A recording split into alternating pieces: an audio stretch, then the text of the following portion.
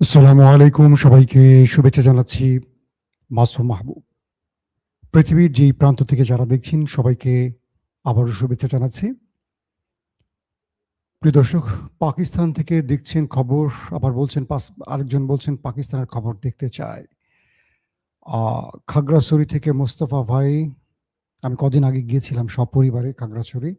Cypress থেকে রতন, ময়মনসিংহ থেকে, Malaysia থেকে, পর্তুগাল থেকে, জি, আমি সবাইকে দেখতে পাচ্ছি। ফিলিস্তিন থেকে দেখছেন। ফিলিস্তিনেও আছে নাকি আমাদের মানুষ? দর্শক, আজকের বেশ কিছু গুরুত্বপূর্ণ খবর আছে। মন ভালো করা বা মন খারাপ করার ঠিক বলতে পারছি না। বাট একটি খবর এখন আমাদেরকে খুব টেনশনে ফেলে দিয়েছে। জানি না কতটুকু সত্য, কতটুকু মিথ্যে এখন পর্যন্ত জানতে পারছি না। চট্টগ্রাম থেকে দেখছেন, কি নাম চলে গেল? সিলেট থেকে, মালয়েশিয়া থেকে। সিলেট, কুলাউড়া, খুলনা বাবুল ভাই না? জি। আপনারা সব দেখতে পাচ্ছেন ক্লিয়ার না একদম? ভিডিও, অডিও সব ঠিক আছে? আমি শুরু করছি। পশ্চিমবঙ্গ মুর্শিদাবাদ থেকে, পশ্চিম বাংলা থেকে। তাইওয়ানের কি খবর? ওরে বাবা! কাতার থেকে দেখছেন, মেহেরপুর থেকে দেখছেন। সবচেয়ে বড় খবরটি হলো আজকে ইরানের যাকে মাস্টারমাইন্ড বলা হয় বা সাইলেন্ট কিলার হিসেবে যাকে আমি বলেছিলাম আপনাদের, বা আলী খামেনির শাহাদাতের পর যে ব্যক্তি এই যুদ্ধটাকে মূল নেতৃত্ব দিচ্ছেন, যাকে নেতা কাকু এবং ট্রাম্প কাকু যমের মতো ভয় করেন, সেই তাদের নিরাপত্তা সেক্রেটারি আলী লারিজানের উপর হামলার ঘটনা ঘটেছে। ইসরায়েলের পক্ষ থেকে দাবি করা হয়েছে তারা আলী লারিজানি এবং তাদের স্পেশাল ফোর্সের উপর অ্যাটাক করেছে এবং তারা মারা গেছেন। তবে ইরান এই বিষয়ে এখনো কোনো তথ্য জানায়নি এই ভিডিওটি যখন করছি তখন পর্যন্ত। এটা নিয়ে থাকবে আলোচনা। পাশাপাশি ডোনাল্ড ট্রাম্পের বার্তা নিয়ে কি তবে জর্দান মধ্যপ্রাচ্য সফর করছেন? এই যুদ্ধে ইরানের বিরুদ্ধে কি মধ্যপ্রাচ্য নেমে যাচ্ছে যখন ইউরোপ মুখ ফিরিয়ে নিয়েছে? ৩ নম্বর গুরুত্বপূর্ণ খবর, ইরান বড় আকারে নেতা কাকুর বাড়িতে হামলা শুরু করেছে। ৪ নম্বর খবর, নেতা কাকুর আরেকটি ভিডিও ভাইরাল হয়েছে। এই ভিডিও দিয়ে তিনি প্রমাণ করতে চেয়েছেন তিনি বেঁচে আছেন। সেই ভিডিও নিয়েও নানান গুজব বা আলোচনা বা সমালোচনা সৃষ্টি হয়েছে, সে বিষয়ে কথা বলবো। আরও থাকবে ডিটেল আলোচনা অনেকগুলো বিষয়ের। প্রথম আসছি আলী লারিজানের কথা। আপনারা জানেন তিনি এই মুহূর্তে ইরান, আমেরিকা এবং ইসরায়েলের মধ্যে যে লড়াইটা চলছে তার নেপথ্যের মাস্টারমাইন্ড। তিনি ছিলেন আয়াতুল্লাহ আলী খামেনির ডান হাত এবং যুদ্ধ কৌশলে তিনি বড় বড় দুটো দেশকে পরাজিত করে এখন পর্যন্ত ইরানকে শ্রেষ্ঠত্বের আসনে রেখেছেন। ডোনাল্ড ট্রাম্পের মতো ব্যক্তিও বলেছেন তিনি খুব ডেঞ্জার ম্যান। দখলদাররা তার ক্যারিশমায় দেখেছেন বিগত প্রায় 17 দিন কি ভয়ঙ্কর অ্যাটাক ইরান করেছিল। তার মূল সব ক্ষেত্রে বলা হচ্ছে এই আলী লারিজানে। একজন মেধাবী লোক, শুধু মেধাবী না, তিনি ইংল্যান্ডে মেবি ডক্টরেট সম্পন্ন করেছেন এবং তার পুরো পেপার, আমি তার যে ডক্টরেটের বিষয় তার পেপার আমি দেখেছি, সেই পেপারে আমি দেখলাম তার স্কিল, তার মেধার সাথে টেক্কা দেওয়ার মতো খুব কম লোক আছে। অসম্ভব অসম্ভব অসম্ভব মেধাবী একজন লোক এই আলী লারিজানে, যাকে পশ্চিমা দুনিয়া ইতিমধ্যে ভয় পেতে শুরু করেছে। তার উপর ইসরায়েলের কিছু গণমাধ্যম কভার স্টোরিও করেছে। অবশেষে তার উপর বা তিনি যেই জায়গাটি থাকেন বাড়িতে সেখানে বড় রকম হামলা করেছে এবং ইসরায়েল বলছে এই হামলায় ইসরায়েলের স্পেশাল ফোর্স এবং আলী লারিজানি এই দুজনেই শাহাদাত বরণ করেছে। তবে এখন পর্যন্ত ইসরায়েলের ইরানের কোনো গণমাধ্যম এই বিষয়টি স্বীকার করেনি। দুটো বিষয় আসবে। যদি আলী লারিজানি মারা যান, আমরা তো জানবো শিগগিরই, ইরান জানাবে হয়তো এই যুদ্ধের গতি প্রকৃতি কোন দিকে যাবে। আমাদের মধ্যপ্রাচ্যের আউটলেটগুলো বলছে যদি আলী লারিজানি, আল্লাহ না করুক, মারা যান, এই যুদ্ধের গতি আরো বিপজ্জনক দিকে মোড় নেবে। এক খামেনিকে হত্যার পর যেভাবে ম্যাসিভ আকারে ইরান ঘুরে দাঁড়িয়েছে এবং একসাথে 10-12টা দেশকে পিটিয়ে সোজা করে ফেলেছে, আলী লারিজানির কিছু হলে ঠিক তার চেয়ে বেশি প্রতিক্রিয়া আসতে পারে, কারণ এই ব্যক্তি সরাসরি আইআরজিসি বা ইরানের মিলিটারি কন্ট্রোল করতেন। আমরা যদিও বারবার বলি মুস্তফা খামেনি শব্দটা, মুস্তফা খামেনি সর্বোচ্চ নেতা, কিন্তু যিনি এই যুদ্ধটাকে নিয়ন্ত্রণ করেন, কোন দিকে মারতে হবে, কোথায় মারতে হবে, কি সিস্টেমে মারতে হবে, কোন সাইড থেকে মেরে আগে তক্তা বানালে ওদেরকে দুর্বল করা যাবে, যেমন তার মাথা থেকেই আসছে যে আমেরিকা এবং ইসরায়েলের ডিফেন্সকে আগে দুর্বল করে অ্যাটাকে যেতে হবে। তাই প্রথম থেকে তারা যে গতিতে অ্যাটাক করেছিল এবং প্রথমেই তারা মধ্যপ্রাচ্যে থাকা বা ইসরায়েলে থাকা বা বিভিন্ন জায়গায় থাকা শত্রুর প্রতিরক্ষাকে আগে ভেঙে এরপর তারা বড় আক্রমণ বা মূল্যবান মিসাইল বা ড্রোন দিয়ে হিট শুরু করে, যার ফলশ্রুতিতে এখন পর্যন্ত নেতানিয়াহুর কোনো হদিস মিলছে না। পাশাপাশি নেভাত্তাম, হাইফা, তেল আবিব এবং মোসাদ, সিনভেদ, তাদের হেডকোয়ার্টার, তাদের বড় বড় সামরিক অস্ত্রের স্টোরেজ, তাদের সেনা সদর দফতর, গোয়েন্দা ইউনিট, বড় বড় কেন্দ্রগুলো ধ্বংস হয়ে গেছে। বলা হচ্ছে এটার মাস্টারমাইন্ড ছিলেন আলী লারিজানি। যদি তার মৃত্যু হয়, ইরান আক্রমণের গতি আরো কয়েকশো গুণ বাড়াবে। এবং আমরা বলছি যখন এই কথাটি, তখন ইরান কিন্তু সেই দেশটির উপর আক্রমণ করছে, বা মাত্রা কতটুকু বাড়িয়েছে এখনো সেই খবর পাইনি। হয়তো মধ্যরাতে আমরা সেই খবরটি দেব, যেটা 11টা থেকে 12টার মধ্যে আমরা করে থাকি লাইভ। প্রশ্ন হলো, তিনি কি বেঁচে আছেন না মরে গেছেন? এটা ইসরায়েল দাবি করছে যে তিনি মারা গেছেন। ইরানের পক্ষ থেকে কোনো স্টেটমেন্ট এখনো আসেনি। আমরা দেখতে চাই, আশা রাখি আপনারা একটু বেশি করে দোয়া করেন। কোন দোয়াটা করবেন সেটা আপনারা জানেন, আমি হয়তো আর অনলাইনে না বলি।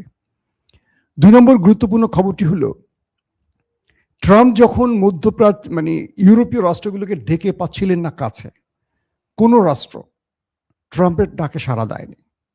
ন্যাটোকে তিনি ধমকিয়েছেন এবং বলছেন এই ন্যাটোকে চালাই আমি, ন্যাটো মানেই আমেরিকা। সেই ন্যাটো আমার বিপদে আমার পাশে দাঁড়ায়নি। ইরান যখন আমাকে মেরে তক্তা বানাচ্ছে, ন্যাটোকে ডেকেছিলাম, কোনো রাষ্ট্র এগিয়ে আসেনি। হরমুজ প্রণালী খোলার ব্যাপারে আমি ন্যাটো বা ইউরোপীয় রাষ্ট্রের সহযোগিতা চেয়েছিলাম, কেউ পাশে আসেনি। তখন তিনি বলেছেন এবার আমার দ্বিতীয় মিশন শুরু হবে। সেই দ্বিতীয় মিশনটি কি হতে পারে, এটা নিয়ে অনেক রকম আলোচনা হচ্ছিল। কারণ পৃথিবীতে শক্তিধর, আমেরিকার পর যাদেরকে আমরা শক্তিধর রাষ্ট্র বলি, তারা কারা? Britain, German, France, Italy, Spain, এই রাষ্ট্রগুলোই তো ইউরোপের রাষ্ট্র। এরা প্রত্যেকেই ডোনাল্ড ট্রাম্পকে না বলে দিয়েছে যে তারা এই যুদ্ধে জড়াবে না। এরপর তাহলে ট্রাম্পের হাতে আসলে খেলাটা কি থাকতে পারে? বলা হচ্ছে যে জর্দানের রাজা দ্বিতীয় আবদুল্লাহ, তিনি কাতারের মাধ্যমে তার মধ্যপ্রাচ্য সফর শুরু করেছেন। তার একদিন আগে মিশরের পররাষ্ট্রমন্ত্রী মধ্যপ্রাচ্য সফর শুরু করেছেন। এই দুটো বিষয় থেকে দুটো জিনিস মাথায় আসছে। কারণ দ্বিতীয় আবদুল্লাহকে আমরা বলি মার্কিন ব্রিটেনদের চর। তিনি তার বংশ পরম্পরায়, তারা ব্রিটেন বা ব্রিটিশ রাজবংশের কোনো পরিবার বা ব্রিটিশ বংশোদ্ভূত কোনো ব্যক্তি বলে তার জন্ম পরিচয় অনেক আলোচনা বা বিতর্ক আছে। তাকে হাশিমি বংশেরও সদস্য বলা হয়। এবং মুসলিম দেশ জর্দান আয়তনে বড়, জানি না তাদের শক্তি কতটুকু, বাট এই দেশটি সর্বদা ইরানের হাত থেকে ইসরায়েলকে বাঁচাবার চেষ্টা করেছে। যখন ইরান আক্রান্ত হয়ে বারবারই ইসরায়েলে অ্যাটাক করত, আরব রাষ্ট্রগুলো চুপ থাকলেও জর্দান চুপ থাকতো না। জর্দান বারবারই তার প্রতিরক্ষা ব্যবস্থা দিয়ে ইসরায়েলকে বাঁচাবার চেষ্টা করত। এবং বলা হয় মুসলিম বিশ্বের যদি দুটো দেশ বিশ্বাসঘাতক হয়, একটি আরব আমিরাত, একটি জর্দান। তো সেই জর্দানের রাজা দ্বিতীয় আবদুল্লাহ এখন কাতারে আছেন। অন্যদিকে মিশরের পররাষ্ট্রমন্ত্রী, তিনিও মধ্যপ্রাচ্য সফর করছেন। বলা হচ্ছে মার্কিন যুক্তরাষ্ট্র কিংবা ব্রিটেন বা ওই পশ্চিমা দুনিয়ার কোনো বার্তা নিয়ে তিনি আসছেন, নাকি যুদ্ধ বন্ধের কোনো মেসেজ নিয়ে আসছেন। আরব নেটওয়ার্কগুলো বলছে এই যুদ্ধে সৌদি আরব, যেহেতু মুসলিমদের যদি আমরা বলি মোরল, সৌদি আরবকে আমরা বলি মুসলিম বিশ্বের মোরল। আমেরিকা যেমন পুরো দুনিয়ার মোরল, সৌদি আরবকে আমরা মোরল বলি, ইরানকে আমরা কোণঠাসা করে রাখি। তো সৌদি আরব এই যুদ্ধে এগুতে চায় না। তারপরও সৌদি আরব সাম্প্রতিক সময় গত 2-3 দিন আগে পাকিস্তানের প্রধানমন্ত্রী এবং সেনাপ্রধান ফিল্ড মার্শাল আসিফ মনিরকে ডেকে এনে বৈঠক করেছেন। সে বৈঠকে কি আলোচনা হয়েছে জানি না, তবে এইটুকু শুনেছি যে পাকিস্তানের মাধ্যমে ইরানের কাছে যুদ্ধ বন্ধের কয়েকটি প্রস্তাব দেওয়া হয়েছিল। তো এখন আরবরা কি ইরানের বিরুদ্ধে যুদ্ধে জড়াবে কিনা, তার কোনো পরিকল্পনা তৈরি হচ্ছে কিনা, এটি নিয়েও আলোচনা চলছে। কারণ এই ব্যক্তি মানে জর্দানের রাজা তাই করবেন যা আমেরিকা বা ব্রিটেন তাকে করতে বলবে। তো জর্দানের কথায় আরবরা নামবে কি নামবে না সেটা পরের কথা, কিন্তু আমেরিকার বার্তাগুলো কি সেগুলো হয়তো তার মাধ্যমে আসছে। আরেকটি বিষয়, এই মুহূর্তে আলী লারিজানিকে কখন হত্যা করা হলো? যখন তিনি একদিন আগে পুরো বিশ্বের 57টি মুসলিম রাষ্ট্রের কাছে খোলা চিঠি পাঠিয়েছেন। আপনারা হয়তো আমার লাইভের আজকে প্রথম যে লাইভটি করেছিলাম সকালে 12:30টায়, এই ভিডিওটি ঠিক আগের যে ভিডিওটি সেখানে আপনারা দেখেছেন যে আলী লারিজানের খোলা চিঠিটি আমি আপনাদের পড়ে শুনিয়েছিলাম, মনে আছে? তিনি 57টি মুসলিম দেশকে বলেছিলেন, আজকে আমাদের উপর হামলা হচ্ছে, তোমরা চুপ, কালকে তোমাদের উপর হামলা হবে, বাকিরা চুপ থাকবে। সময় এসেছে আমাদের ঐক্যবদ্ধ হওয়ার, আমাদের একটি সামরিক জোট করার, একটি ইসলামিক সেনাবাহিনী তৈরি করার। যেমন ন্যাটো তৈরি হয়েছে, যেমন ইউরোপীয় রাষ্ট্রগুলো একসময় যুদ্ধে বিধ্বস্ত ছিল, এখন তারা শান্তিপূর্ণ হয়েছে কারণ তারা ঐক্যবদ্ধ হয়েছে। একটা দেশে আক্রমণ হলে সবাই একজোট হয়ে যায়, কিন্তু মুসলমানরা কেন বিভাজিত? মুসলমানরা কেন এক হতে পারে না? হে মুসলিম বিশ্ব, তোমাদের সময় এসছে এক হওয়ার। তোমরা ইরান নয়, তোমাদের নিজেদের বাঁচানোর জন্য ঐক্যবদ্ধ হও। এই বক্তব্যগুলো যখন আলী লারিজানি দিলেন, ঠিক তার কয়েক ঘন্টার পর তার উপর হামলার ঘটনাটি ঘটল। বুঝতে পারছেন ওরা কি চায়? মুসলমানদের এক হতে দেবে না। আসেন আমরা আকীদা নিয়ে পড়ে থাকি, আমরা মিসওয়াক করে পেশাব করে কয় কদম হাঁটতে হবে সেটা নিয়ে আপাতত পড়ে থাকি। পাঞ্জাবি পরবো নাকি শার্ট পরবো, টাই পরবো নাকি আমরা অন্য কিছু পরবো, এগুলো নিয়ে বিতর্ক করি। আমরা এখানে আটকে থাকি আর ওদিকে মুসলমানদের মেরে তক্তা বানাক। দর্শক, 3 নম্বর গুরুত্বপূর্ণ খবর, সেটি হলো ইরান বড় আকারে, আমরা যে বড় আকারটি বলছি আলী লারিজানির হত্যার কারণে সেটা না, এটা প্রতিদিন তার গতি যে বাড়াচ্ছে, সেভাবে ইরান তেল আবিব সহ গুরুত্বপূর্ণ কয়েকটি শহরে অ্যাটাক করেছে। এই অ্যাটাকে বলা হচ্ছে যে মার্কিন যে থার্ড আকাশ প্রতিরক্ষা সিস্টেম ছিল সেটা ধ্বংস হয়ে গেছে, এবং এটাকে যারা কন্ট্রোল করত তাদের সেই বড় বড় কয়েকজন সামরিক বিশেষজ্ঞ মারা গেছে, এমন তথ্যটি আসছে। বাট মারা গেছে না গুরুতর আহত সেটা এখনো কনফার্ম না, বাট কিছু কিছু মাধ্যম বলছে মারা গেছে।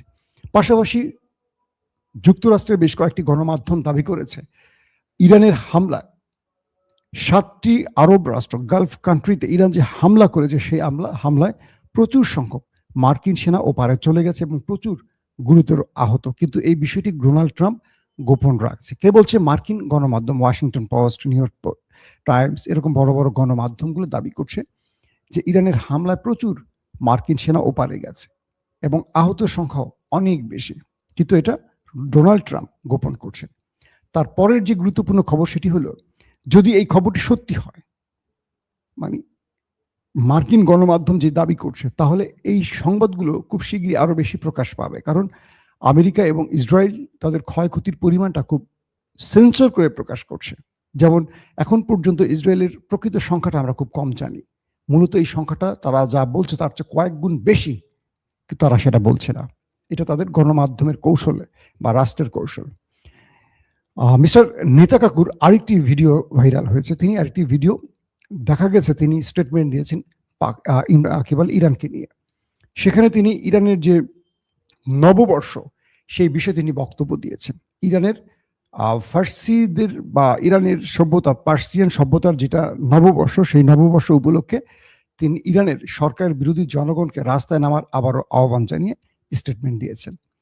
এই বক্তব্যটি যখন গণমাধ্যমে এসছে তখন আবার নতুন করে গুজব ছড়িয়ে আসছে যে যখন দুটো দেশের মধ্যে যুদ্ধ চলছে, যখন ইরান সেই দেশটিতে মেরে তক্তা বানায় ফেলতেছে, তাদের গুরুত্বপূর্ণ স্থাপনা ধ্বংস করে ফেলছে, এবং এই যুদ্ধে ইরানের কি পরিমাণ ক্ষয়ক্ষতি হয়েছে যেগুলো প্রতিদিন যখন ডোনাল্ড ট্রাম্প ব্রিফিং করছে, কিন্তু নেতানিয়াহুর কালকের বা লাস্ট ভিডিও বার্তায় এই একটি কথাও নেই।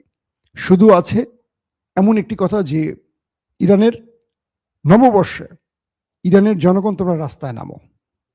এই একটি কথা এর আগেও একাধিকবার নেতানিয়াহু বলেছেন, এবং ইরানের মধ্যে সরকার বিরোধী যে আন্দোলন হয়েছিল সেই আন্দোলনে তারা উস্কে দেবার জন্য এই বক্তব্যগুলো পূর্বেও দিয়েছে।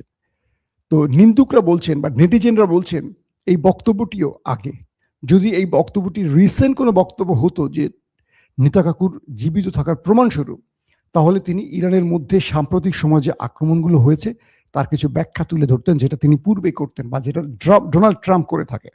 পাশাপাশি খামেনি হত্যা বা আলিলা রেজানি হত্যা অথবা মুস্তফা খামেনিকে নিয়ে কোনো বক্তব্য দিতেন, অথবা ইরান যে ক্লাস্টার বোমা মারছে তার দেশটির মধ্যে, যেটা নিয়ে পূর্বে অনেকে অভিযোগ করেছে এটা মানবতা বিরোধী কাজ, মানবিকভাবে এটা সমর্থনযোগ্য না, বেআইনি, হাবিজাবি, এই বিষয়গুলো তিনি বলেননি। এবং এই যুদ্ধে ইরানের অবস্থা কোথায়, নেতাকাকুর দেশটির অবস্থান কোথায়, লেবাননের হিজবুত বাহিনীর কি অবস্থা, এগুলো নিয়ে কোনো বক্তব্য তিনি দেননি। তাই আবারও নতুন করে শুরু হচ্ছে জল্পনা কল্পনা, তাহলে কি নেতাকাকু আর বেঁচে নেই? এরকম অনেক প্রশ্ন আসছে, কারণ বারবারই তিনি আসছেন গণমাধ্যমে এমন এমন বিষয় নিয়ে যে বিষয়গুলো বারবারই প্রশ্নের মুখে পড়ছে। কখনো বলা হচ্ছে আর্টিফিশিয়াল ইন্টেলিজেন্সের মাধ্যমে করা, কখনো বলা হচ্ছে এটি পূর্বের কোনো ভিডিও করা, কখনো বলা হচ্ছে যে তিনি তার মতো কোনো ব্যক্তিকে প্রেজেন্ট করে তিনি মেয়েদের নিয়ে মুভ করছেন। অর্থাৎ তার প্রত্যেকটি নতুন ভিডিও এখন নতুন গুজবের সৃষ্টি হচ্ছে, নতুন প্রশ্নের সৃষ্টি হচ্ছে। একটা মানুষ জীবিত না মৃত সেই কাজটি বলা খুব কঠিন কাজ না। আমি এখন কথা বলছি জীবিত, কিভাবে? আমি এখন আপনাকে লেটেস্ট আপডেট খবরগুলো দিচ্ছি। এখন আমি যদি আপনাকে 3 বছর আগের একটি খবর নতুন করে আবার আলোচনায় আনি, আপনার প্রশ্ন তৈরি হবে যে আমি আদৌ বেঁচে আছি কিনা। তো এরকমই একটি পজিশনে আছে এখন আমাদের নেতা কাকুর দেশটি।